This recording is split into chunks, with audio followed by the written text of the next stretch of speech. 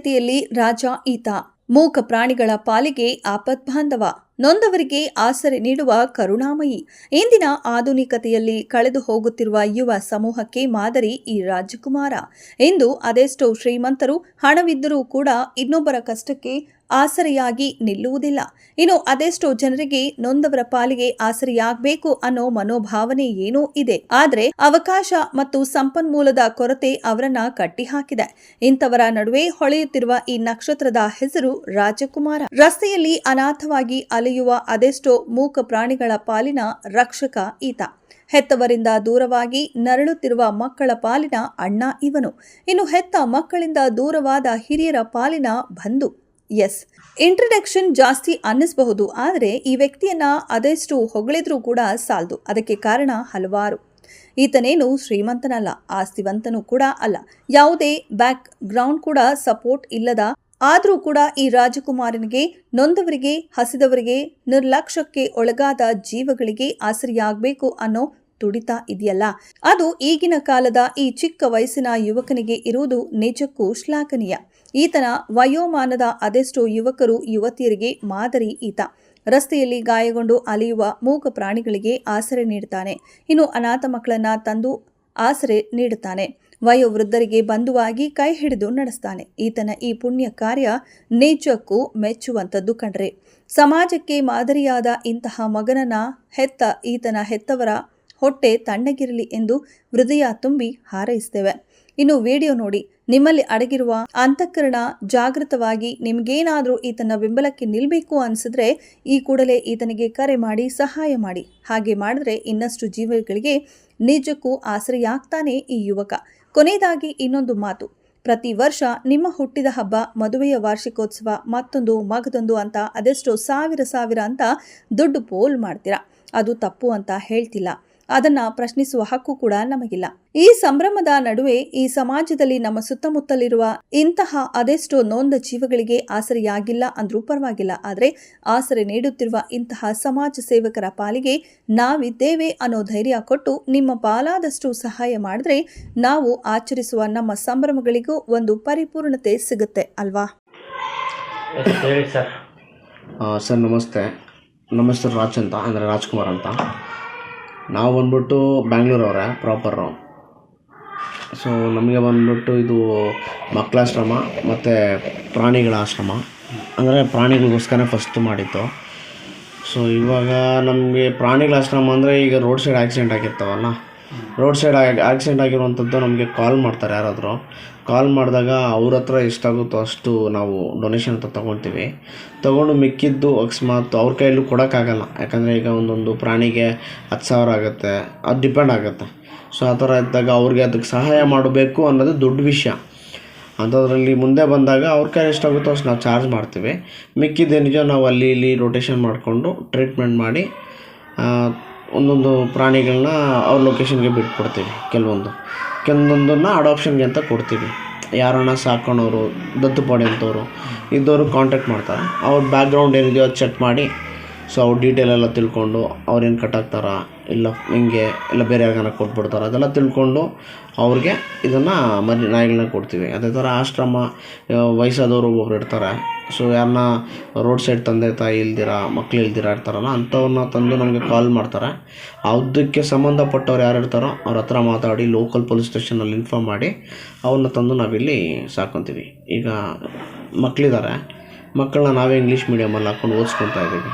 ಎಷ್ಟು ಜನ ಮಕ್ಕಳಿದ್ದಾರೆ? ಇವಾಗ ಸದ್ಯಕ್ಕೆ 4 ಜನ ಮಕ್ಕಳಿದ್ದಾರೆ. ಇದು 1 ತಿಂಗಳಿಂದ ಸ್ಟಾರ್ಟ್ ಮಾಡಿರೋದು ಆಶ್ರಮ ಮಕ್ಕಳದು. ವಯಸ್ಸಾದವ್ರು ಒಬ್ಬರಿದ್ದಾರೆ. ಸೊ ಮಕ್ಕಳನ್ನೆಲ್ಲ ನಾನು ಇಂಗ್ಲೀಷ್ ಮೀಡಿಯಮಲ್ಲಿ ಸೇರಿಸಿದ್ದೀವಿ. ಸೊ ನಾವು ಕರ್ಕೊಂಡೋಗೋದು ಕರ್ಕೊಂಬರೋದು ಎಲ್ಲ ನಮ್ಮ ಪರ್ಸ್ನಲ್ ವೆಹಿಕಲಲ್ಲೇ ಮಾಡ್ತಾಯಿದ್ದೀವಿ. ಮೂಲತಃ ನೀವು ಪ್ರಾಣಿ ಪ್ರಿಯರು? ಹೌದು. ಮುಂಚೆ ಪ್ರಾಣಿಗಳು ಸಾಕೋದು ಮಾಡ್ತಾಯಿದ್ರಿ, ಈಗ ಆಶ್ರಮ ಮಾಡಬೇಕು ಅಂತ ನಿಮಗೆ ಏನು? ಸರ್ ಹಿಂಗೆ ನಾನು ಕೆಲಸ ಮಾಡ್ತಾಯಿದ್ದವನು. ಇದು ನಮಗೆ ತುಂಬ ಪರಿಚಯದಸ್ತರು. ನೀವು ಇಷ್ಟು ದಿನದಿಂದ ಸಾಕ್ತಾ ಇದ್ದಾರಲ್ಲ, ಅಂದರೆ ಒಬ್ಬೊಬ್ಬರು ಕಾಲ್ ಮಾಡೋರು, ನಾಯಿ ವಾಮಿಟ್ ಮಾಡ್ತಾ ಏನು ಕೊಡಬೇಕು, ಮತ್ತು ಲೂಸ್ ಮೋಷನ್ ಅದು ಏನು ಮಾಡಬೇಕು ಅಂತ ಕೇಳೋರು. ಸೊ ನಮಗೂ ಸ್ವಲ್ಪ ನಾವು ಈ ಫೀಲ್ಡಲ್ಲಿರೋದ್ರಿಂದ ಗೊತ್ತಿರೋದಲ್ವ, ನಮಗೆ ಡಾಕ್ಟ್ರ್ ಕಾಂಟ್ಯಾಕ್ಟ್ ಸ್ವಲ್ಪ ಇತ್ತು. ಸೊ ಅಲ್ಲಿ ಹೋದಾಗೆಲ್ಲ ಅವ್ರು ನಮ್ಗೆ ತೋರಿಸ್ಕೊಡೋರು, ಹಿಂಗೆ ಅಂತ. ಸೊ ನಮ್ಗೆ ಗೊತ್ತಿರೋದು ನಾವು ಹೇಳ್ತಾಯಿದ್ರಿ. ಸೊ ಹಂಗೆ ಏನಾಯಿತು, ಒಬ್ಬೊಬ್ರು ತಂದುಬಿಟ್ರು. ಹಂಗೆ ಒಂದು ನಾಯಿಂದ ಸ್ಟಾರ್ಟ್ ಆಗಿದ್ದು ಇವಾಗ ಸುಮಾರು ನಾಯಿಗಳಾಗೋಯ್ತು. ನಾಯಿ ಅಂತಲ್ಲ, ಈಗ ಹಸುಗಳು ಬರುತ್ತೆ, ಪಕ್ಷಿಗಳು ಬರುತ್ತೆ. ಸೊ ಪಕ್ಷಿಗಳನ್ನ ನಾವು ಹಿಡಿಯೋಂಗಿಲ್ಲ, ಅದು ವೈಲ್ಡ್ ಲೈಫ್ ಸೇರಿರೋ ಕಾರಣ ನಮಗೆ ತಂದು ಕೊಟ್ಟಾಗ ನಾವು ವೈಲ್ಡ್ ಲೈಫ್ಗೆ ಇನ್ಫಾರ್ಮ್ ಮಾಡಿಬಿಡ್ತೀವಿ. ನಮ್ಮ ಕೈಲಿ ಅದು ಫಸ್ಟ್ ಏಡ್ ಏನಾಗುತ್ತೋ ಅದು ಮಾಡಿ ವೈಲ್ಡ್ ಲೈಫ್ಗೆ. ಇವಾಗ ಮತ್ತು ನಿಮ್ಗೆ ಯಾರನ್ನ ವಯಸ್ಸಾದವರು, ಈಗ ಮಕ್ಕಳು, ಈಗ ಏನಂದರೆ ಗೊತ್ತಿರುತ್ತೆ ನಿಮಗೆ, ಫಸ್ಟ್ ಇದ್ದಂಗಿಲ್ಲ ಇವಾಗ. ಏನಂದ್ರೆ ತಂದೆ ತಾಯಿನ ಆಚೆ ಕಳಿಸ್ಬಿಡ್ತಾರೆ ವಯಸ್ಸಾದ್ಮೇಲೆ. ಅಂಥವ್ರು ಏನಾರ ಇದ್ದಾಗ ಅಲ್ಲಿ ಬಿಡೋ ಬದಲು ಇಲ್ಲಿ ತಂದುಬಿಡಿ, ನಾವು ನೋಡ್ಕೊತೀವಿ. ನಮ್ಮ ತಂದೆ ತಾಯಿ ಥರ ಅವರು ಇರ್ತಾರೆ ಇಲ್ಲಿ ವಯಸ್ಸಾದವರು.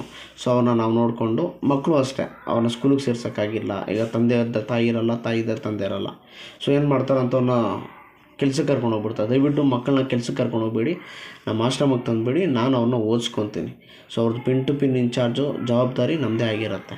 ಮತ್ತು ಬೀದಿ ಯಾರಾದರೂ ಇದ್ದರೆ ನಿಮ್ಗೆ ಇನ್ಫಾರ್ಮ್ ಕರ್ಕೊಂಬರ್ಬೋದು ಸರ್, ಕರ್ಕೊಂಬರ್ಬೋದು. ಇನ್ಫಾರ್ಮ್ ಮಾಡಿದ್ರೆ ನಾವೇ ಕಳಿಸ್ಕೊಡ್ತೀವಿ ನಮ್ಮ ವೆಹಿಕಲ್ನ. ನಮ್ಮ ವೆಹಿಕಲ್ ಹೋಗಿ ಅವನ್ನ ಪಿಕ್ ಮಾಡ್ಕೊಂಬರುತ್ತೆ. ಸದ್ಯಕ್ಕೆ ನಿಮ್ಮದೇ ಓನ್ ವೆಹಿಕಲಲ್ಲೇ ಹೌದು, ಪರ್ಸನಲ್ ವೆಹಿಕಲಲ್ಲೇ ಇದು ಮಾಡ್ತಾಯಿದ್ದೀನಿ ಸರ್. ಈಗ ಅದು ಸುಮಾರು ಜಾಸ್ತಿ ಜನ ಆಗಲ್ಲ, ಕೂತ್ಕೊಂಡು ಒಂದು 4 ಜನ ಕೂತ್ಕೋಬೋದು ಅಷ್ಟೇ. ಆ ಟೈಮಲ್ಲಿ ನಿಮ್ಮ ಸ್ನೇಹಿತರೆಲ್ಲ ಬರ್ತಾರೆ? ಬರ್ತಾರೆ ಸರ್, ಖಂಡಿತ ಬರ್ತಾರೆ. ಸಹಾಯ ಬೇಕು ಅಂದಾಗ ಸ್ನೇಹಿತರು ಬರ್ತಾರೆ ಸಪೋರ್ಟ್ಗೆ. ಫೈನಾನ್ಷಿಯಲಿ ಏನಾದರೂ ಸ್ನೇಹಿತರ ಕಡೆಯಿಂದ? ಫೈನಾನ್ಷಿಯಲ್ ಅಂದರೆ ಅವ್ರ ಪರಿಸ್ಥಿತಿನೂ ಅಷ್ಟಿಲ್ಲ. ಫೈನಾನ್ಷಿಯಲಿ ಬಿಟ್ಟು ಫಿಸಿಕಲಿ ಸಪೋರ್ಟ್ ಮಾಡ್ತಾರೆ. ಏನೇ ಆಗಿದ್ದರೂ ಫಿಸಿಕಲಿ ನನಗೆ ಕೈ ಬಿಡಲ್ಲ. ಫೈನಾನ್ಷಿಯಲಿ ಮಾತ್ರ ಈಗ ಸದ್ಯಕ್ಕೆ ಯಾರೂ ಸಪೋರ್ಟ್ ಇಲ್ಲ. ಈಗ ಸದ್ಯಕ್ಕೆ ನಾನೇ ಅದು ಇದು ಮಾಡ್ಕೊಂಡು ಅರೇಂಜ್ ಮಾಡ್ತಾಯಿದ್ದೀನಿ ದುಡ್ಡೆಲ್ಲ.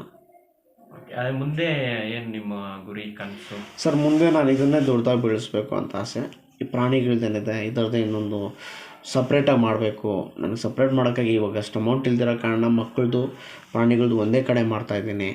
ಸೊ ಅದೇ ನನಗೆ ಪ್ರಾಣಿಗಳದ್ದೇ ಒಂದು ಸಪ್ರೇಟ್ ಜಾಗ ಇತ್ತು ಅಂದರೆ ಖಂಡಿತ ಇನ್ನೂ ಆದಷ್ಟು ಪ್ರಾಣಿಗಳನ್ನ ರೆಸ್ಕ್ಯೂ ಮಾಡಿ ಅದನ್ನು ಟ್ರೀಟ್ಮೆಂಟ್ ಮಾಡಿ ಅದನ್ನು ಸರಿಪಡಿಸೋಕ್ಕೆ ನಾವು ಇದು ಮಾಡ್ಬೋದು. ನಿಮ್ಮ ಫ್ಯಾಮಿಲಿ ಸಪೋರ್ಟು, ಅಮ್ಮ ಬಿಟ್ಟು ಅಷ್ಟೇ ಹೇಳಿ. ಈಗ ನಿಮ್ಮ ಮನೆಯವ್ರ ಸಪೋರ್ಟ್ ಯಾವ ಥರ ಇದೆ ನಿಮ್ಮ ಮುಂದಿನ ಜೀವನ? ಸರ್ ನಮ್ಮ ಮನೆಯವ್ರ ಸಪೋರ್ಟು ತುಂಬ ಚೆನ್ನಾಗೇ ಇದೆ. ಅದೇ ಹೇಳಿದ್ನಲ್ಲ, ಅವ್ರ ಸಪೋರ್ಟ್ ಇಲ್ದಿರ ನಾನೇನು ಮಾಡೋಕ್ಕಾಗಲ್ಲ. ಒಂದೊಂದು ಸರಿ ಅವ್ರಿಗೂ ಕಷ್ಟ ಕೊಡ್ತಿದ್ದೀನಿ ಅನಿಸುತ್ತೆ. ಯಾಕಂದರೆ ಒಂದು ಸರಿ ಪ್ರಾಣಿಗಳು ತುಂಬ ಗಾಯದಿಂದ ಹುಳ ಬಿದ್ದು ಎಲ್ಲ ಇದ್ದಾಗ ನಮ್ಮ ಮನೇಲಿ ಅವ್ರಿಗೂ ಬೇಜಾರಿರುತ್ತೆ. ಆದರೆ ಸಪೋರ್ಟು ನೀನು ಮಾಡು, ನಿನ್ನ ಕೈಲಾಗುತ್ತೆ ಅಂತಲೇ ಹೇಳ್ತಾರೆ. ಮತ್ತು ನನ್ನ ಮುಂದಿನ ಜೀವನ ಇದರಲ್ಲೇ, ಇನ್ನು ಇದನ್ನು ಬಿಟ್ಟು ಬೇರೆದಕ್ಕೆ ಹೋಗೋಕ್ಕಾಗಲ್ಲ. ನಂದೇನಿದ್ರು ಈಗ ಪ್ರಾಣಿಗಳದ್ದು ಮಕ್ಕಳಾಶ್ರಮನೇ ಜೀವನ, ಇದನ್ನು ಬಿಟ್ಟು ಇನ್ನಿಲ್ಲ. ಜೀವನ ಎರಡು ಇದೆ ಅಂತ ಹೇಳ್ತಾ ಇದ್ದೀನಿ. ಹೌದು